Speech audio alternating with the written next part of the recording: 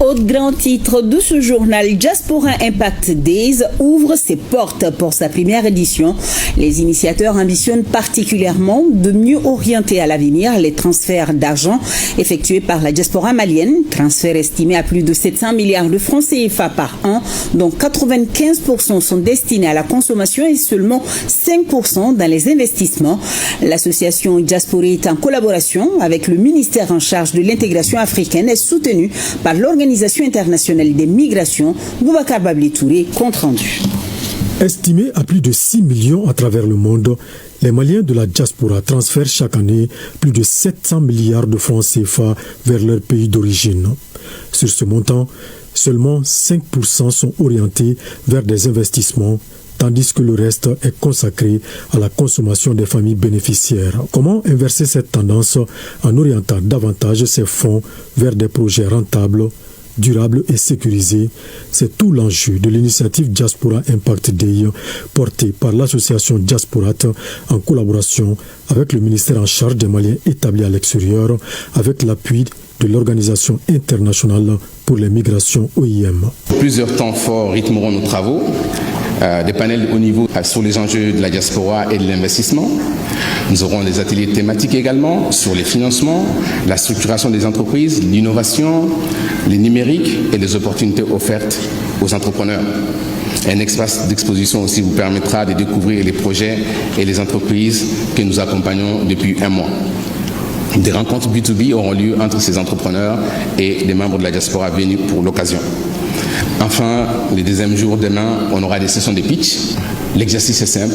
Je suis un jeune porteur de projet, j'ai besoin d'investissement. L'engagement de l'OIM aux côtés du gouvernement dans cette dynamique repose sur une conviction forte.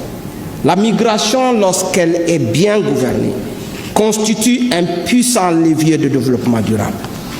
Au Mali, cette orientation est aujourd'hui au cœur de notre coopération avec le gouvernement. Pendant 2 jours, ce cadre d'échange réunira des entrepreneurs, des investisseurs, des experts ainsi que des partenaires financiers, notamment des banques. Cette initiative trouve son origine dans l'une des recommandations formulées lors de la première édition du Forum international de la diaspora FID, tenu en juillet 2025 et portée par le département ministériel.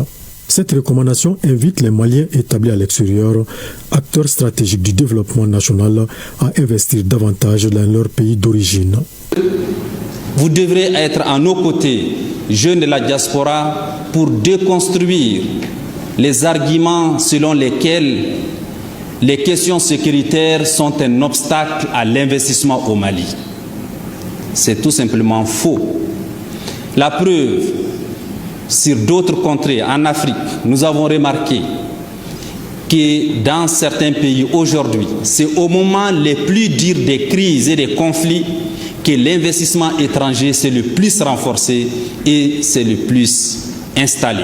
Dire que parce qu'il y a des questions de sécurité au Mali que je ne peux pas investir, cela certainement doit cacher une incapacité réelle d'investissement, sinon ce n'est pas une question d'opportunité. Il n'y a pas un pays au monde aujourd'hui qui est en sécurité à 100%. Il n'y a pas un pays aujourd'hui où on peut dire qu'on peut investir sans aucun risque. D'ailleurs, l'investissement et le risque sont les meilleurs amis de la réussite. La présentation des résultats du guide de l'investissement, celle de la cartographie de la diaspora malienne de France ainsi que la visite des stands ont constitué les principaux temps forts de cette première édition de Diaspora Impact Day.